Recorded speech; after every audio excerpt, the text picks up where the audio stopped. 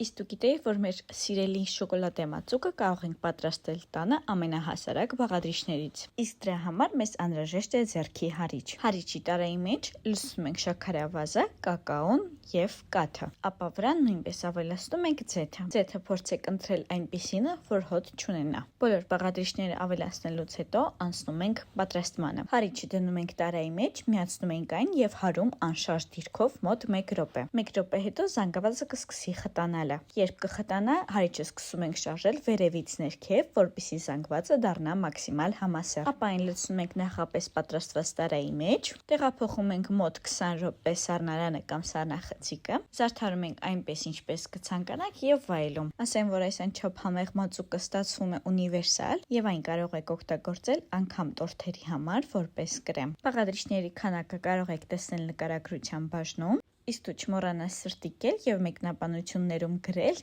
թե ինչ բաղադրատոմս պատրաստենք հաջորդ անգամ։